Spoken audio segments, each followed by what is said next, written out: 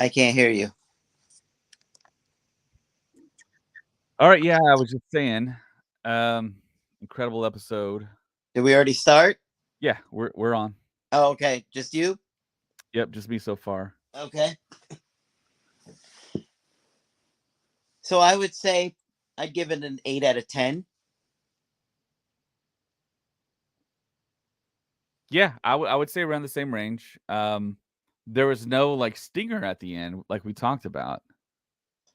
I think they kind of did it in the beginning of bringing IG-11 back, which I had heard rumors of a long time ago. Yeah, that was in the leaks. There's more in the leaks about it, but yeah, IG-11's return is imminent, and it's cool that they get the Anzellans from the Rise of Skywalker. I know we had Babu Frick. We saw one of them, but there's like a little like group of them that fix droids. That's pretty cool. Yeah. They were the Anzellan creation and introduction was one of the best things in Rise of Skywalker. So it's cool that they took from the sequel trilogy and added that alien species in. Yeah. So And what we did saw the you? whales. Yeah, yeah. That could figure into the Baby Yoda reveal type of situation where we do see Yeah. the It's going to connection play a to the part whales. for sure. So I thought when we saw the hyperspace going through there, I thought we're gonna get the Order 66 flashback. I Mm. thought that's what we were about to get, but we got the whales instead. And I think a lot of people that aren't caught up with Rebels are going to be kind of confused about that and think it's like a non thing, but it's a big thing. It's a That's big thing. we're leading up to the end of what we saw in Rebels in the space whales, Thrawn, Ezra. So I'm Yeah. excited. It was What did solid. you go ahead? It was a solid episode. Yeah. Obviously, the beginning was pretty cool. Action packed, Um, yeah. I thought it was gonna be the Mythosaur coming out, and I'm like, oh my god, they're gonna pull out a Mythosaur on us. yeah. And see, I wasn't sure if it was in the past or the present, or maybe the kid was Din Djarin. I mean, it was a little Yeah. time confusing. I thought it was the present. It felt like present to me, but I could see why it was a little like ambiguous. But I think it was just an interesting way for them to have him return back. Yeah, They were just trying to think of a cool way to have him come back. yeah, So it was cool. Obviously the Mandalorians were not doing any damage on that thing. yeah, yeah. Another tough skinned sea beast or a Yeah, like, leg beast. oh my, okay, so I can't be the only one that thought that was like a flashback to Din I just Djarin. said that. I All just right, said yeah, that. yeah, like I was thrown. I mean, I honestly I thought the creature was like, it really threw me off. I was not expecting that. I think We that's thought the maybe like a mythosaur or a pink dinosaur maybe was gonna show up. I didn't think a creature at all was going to show up. Now, we're not doing a full breakdown yet, are we? Because we have to save that for later. But it doesn't matter. I mean, we can Oh, talk okay. about it now, Oh, but I cool, mean, cool. we'll Okay. talk about it at Yeah. night too and have an official podcast about it. But now it's Yeah. just like our first reaction to what we just saw. I think Um, part of this, the reason they had the little boy there going through the ceremony or whatever, is to show how big of a deal it was for Din Djarin to remove his helmet and why he's got to atone for it. And it was interesting that the visor was thicker. I know when you go to like see like helmets at the store, the visor's thicker, and that always Like like for jumped out kids to to me. see. Yeah, yeah. Yeah. Now it's like a thing. It's an official thing now for that visor to be thick on a kid's helmet. I I'm just gonna talk about like the highlights for me. I thought first off the Purgles, such a great touch, such a great like, and I loved Grogu's reaction of just kind of looking out the window and being like, "Oh, that's cool," and then you see he kind of gets scared, and then he kind of goes through like the tunnel like vent system in the ship, and he goes under. I was like, "Oh my gosh, that's great, that's fantastic."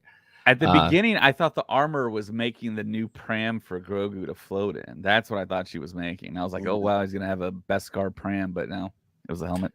I don't know if I can take I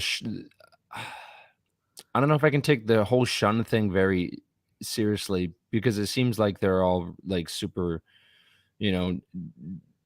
disappointed in Mando, and then he's also in exile. I don't know. I'm just not really feeling the whole exile thing. I think I've seen it way too many times, and I'm just not really feeling it for um like for his character. Like I think he knows he's exiled, but he just keeps not caring.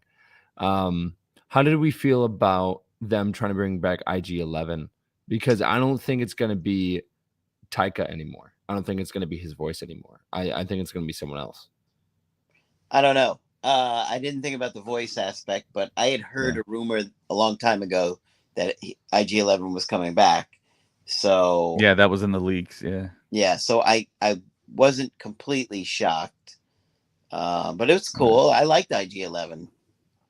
Yeah, and the fact that he came back like Terminator style and tried to take out Grogu again. That was cool. Mm-hmm. Oh man, yeah. How did we feel about the pirates? They were all right. Yeah, I mean, the pirates. It's gonna come back later. So. Oh yeah.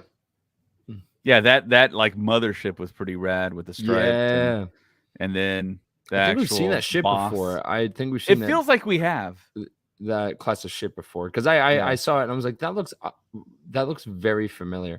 I thought the Pirate King, he looked awesome. He looked great. Yeah, I saw that and I was like, oh okay, all right. And I couldn't pick up on the voice. I couldn't figure out who it was. Me neither. But the voice sounded very, very familiar. Interesting. I didn't watch credits. Oh yeah. Well, I was just watching the new episode of the Bad Batch. Like as soon as David was like, "Hop on," and I was like, "Okay," because like I was like, "Ooh, here's more Star Wars." But yeah, no. The overall, I thought the episode was great. I honestly was smiling the entire time, just everywhere he went, everything that they did. They actually like jam packed a lot in that one first episode, like a lot. Yeah, it was a lot. They don't drag it out. Things happen. Right. Happen quick, which I appreciate. I think that the whole point of, because I think the whole point of the episode was to build everything up for the season. I don't think it built up like every storyline for the season, but it definitely did, hype things up. So I'm definitely excited to see for the rest of the show. Yeah. What would you episode 1 to 10? 8. That's 8. What yeah. They like jam packed a lot in it, but they did it in such a graceful way where it didn't feel like things were rushed. It built up things, and I think they brought back Shirley Henderson for an Anzelin. She played a Babu Frick, so she was back. Well, we didn't see Babu Frick in any of the shots that we got in this first episode, but we know he's going to be in the show because we saw him in the sizzle reel that they did at Celebration. So I don't know when he's going to show up, but we know he's showing up at some point. So Tate Fletcher is in the Paz Vizsla armor. Oh, okay. It's do you know who that is, Colin? Yeah. So yeah, Craig hit it on the head in the pre-show that the guy, the bully with the Mithril, Horatio Sands in episode 1, chapter 1, that's the same guy, Tate Fletcher. Oh, okay. Huh. Well, there you go. So I did, it was a little weird for me that Bo-Katan is just sitting in a throne by herself, just like sitting there, not doing anything. Who would do that? Well, it's, to me, it sounds like she's being a stubborn child that, because she didn't get her way of having the sword and everything, which she totally could have, but it's not the Mandalorian, Yeah. way to get the Darksaber. But wouldn't I just found it a little bit like, who would just sit in a chair like that by them? You know what I mean? Like down a long. Well, she's like a king. She's the king of her castle, basically, or queen of her castle. I thought the castle looked great. It was really weird seeing her being the only person in there. Yeah. But But I I just would have thought like she should have been doing something. honestly, She was stewing, Craig. All right. so I think, all right. So here's my prediction for the next episode: is that he'll be on his way. Well, here's two of them. The first prediction is that it's going to throw everyone off guard, and for some reason he'll go on a side mission to Tatooine, and we'll see Boba Fett. The second one is he actually goes to the planet. R5 also. What? R5. Yes. I think Yeah. I thought he was gonna go to Peli and get R5. Well, When he I said can't be the only one that saw an R5 unit in. Yeah, it was Okay, there. I saw and him. that looked like R5, like yeah, it did. her R5. It probably was. They just reused them and said it was a random. Oh, okay. So, R5 droid.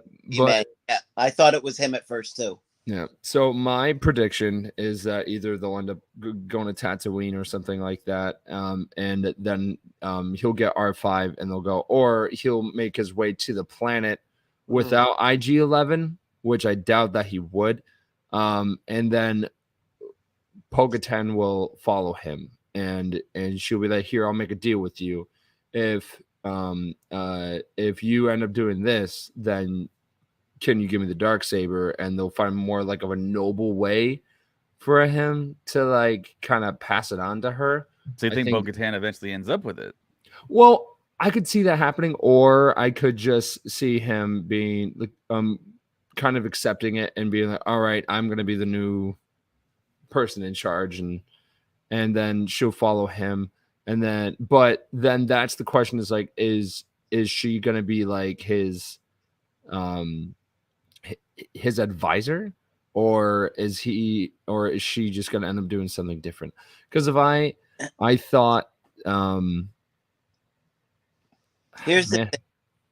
I don't think he's gonna wind up ruling Mandalore, because that ties his character down too much to one place, kind of like what it did to Boba Fett when he was in charge of Jabba's castle. Yeah. It kind of like, you know what I mean? Yeah. So I think him leading Mandalore just keeps him too trapped there. It's not as interesting. Yeah. Fair enough.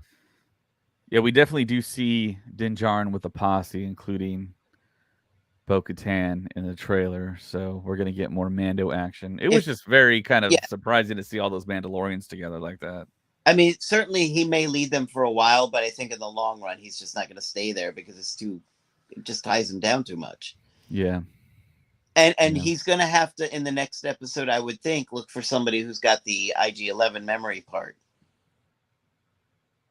Agreed. So where that part could be, maybe Babu Frick is the one that has it. Yeah, it's a possibility. That would be cool. Man, I just really wish we got episode 2 tonight as well, like everyone got at the premiere. Because from what I've heard now is the second chapter, I guess chapter 18, is pretty bonkers. So we got something to really look forward to next Wednesday. Yeah, it would. You know what I really appreciate about this show is just how quickly things move. Yeah. They don't drag. There's no fat. How long was the episode? 29 minutes? Yeah. Essentially. It says 38 minutes, but you subtract the intro and the credits and the recap, it's about in the 20s. So that prediction, that kind of claim was true, that it wasn't that long. But they did a big action sequence at the beginning. We got to see a huge creature, which is kind of tradition. I feel like that was like a giant alligator turtle. Like I think that was like the main like type of, and also did the kind of like rolling thing that they normally do too. So like, that was cool. Grief Karga was funny in the episode. Yeah, he had the droids carrying his cape at the end. Well, that was funny, but also like when he said his name is Grogu, and he's like, "If you say so." Yeah. And then the part when he was like reiterating everything they were saying, They said you can't find the part. So the part that I kind of found interesting was the fact that when that young Mando helmetless was presented with his helmet, the armor was like, you can never take this helmet off. But I mean, he has to like graduate to an adult helmet, right? So he has Yeah. to take the helmet off at some point.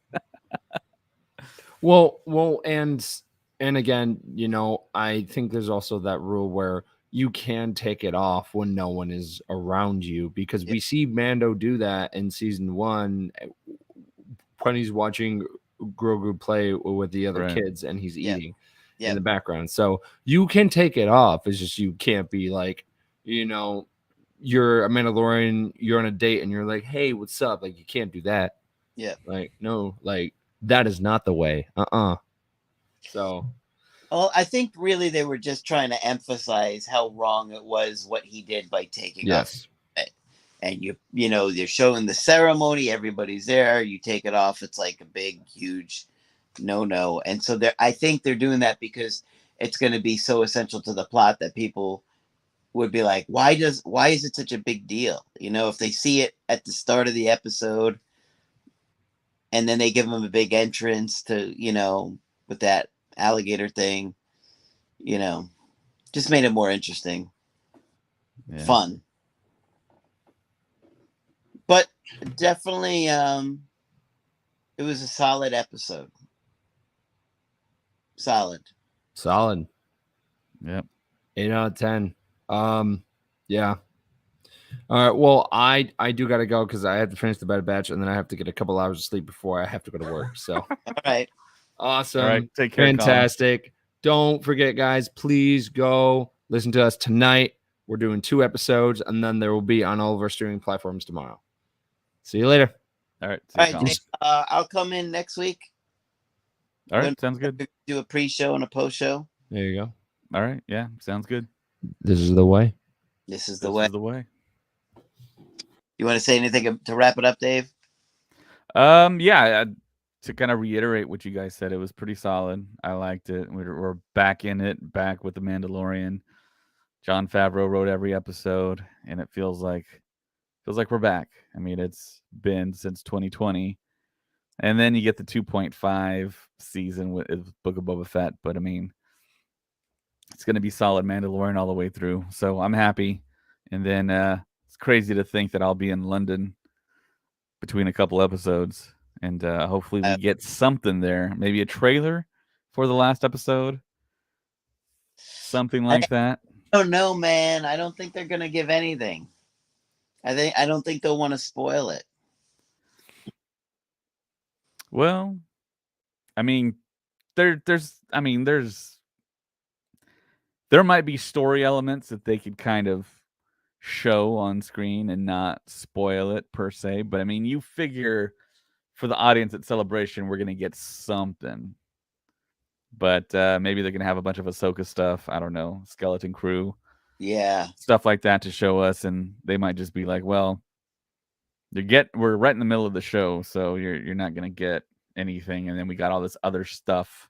I don't know. It's going to be interesting to see what they do, because this will be the first Celebration while a Mandalorian season is happening, right? Yeah, for sure. Yeah. I can't remember. Liam doesn't want IG-11 back. Well, you are going to get a new droid from a certain point of view. Yeah, for sure. It'd be cool to get Taika back as IG-11, but yeah, it might get a new voice. I don't know. Maybe that is why they'll change up the voice. But obviously, you and I probably know the same rumor on what's going to happen with IG-11, which is definitely an interesting, cool kind of thing. Yeah. Kind of flies a little bit in the face with what Jon Favreau has kind of been saying in the media, but I don't know. Jon Favreau's basically been saying that Grogu is a little bit more powerful. We're going to see a little bit more powers from him, like we did in the trailer. I mean, we saw him force push an alien back, and yeah, man, those space wells. That's super interesting to kind of see that in live action, and it almost feels like we're going to need a build up of Rebel stuff and connective tissue going forward into Ahsoka and yeah, everything that they're kind of leading to. they're definitely planting a little seed or some foreshadowing in there. Yeah. So I think that just goes to show us that we're gonna see something before this season is up. Yeah, for sure. But yeah, that's all I got for now.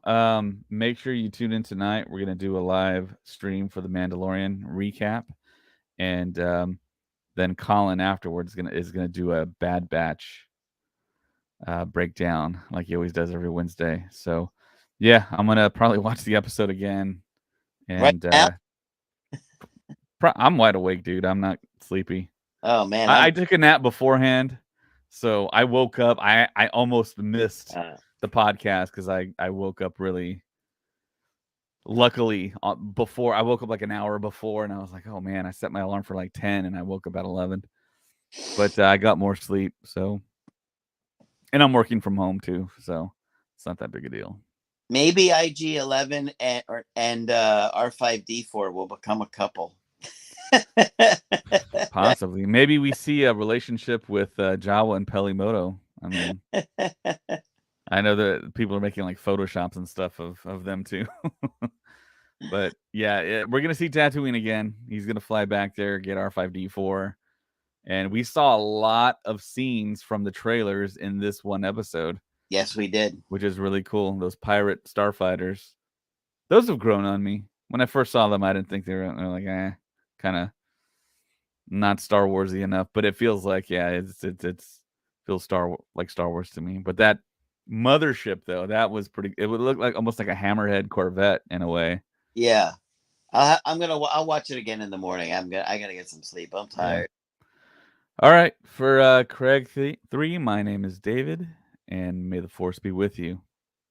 May the Force be with you Always.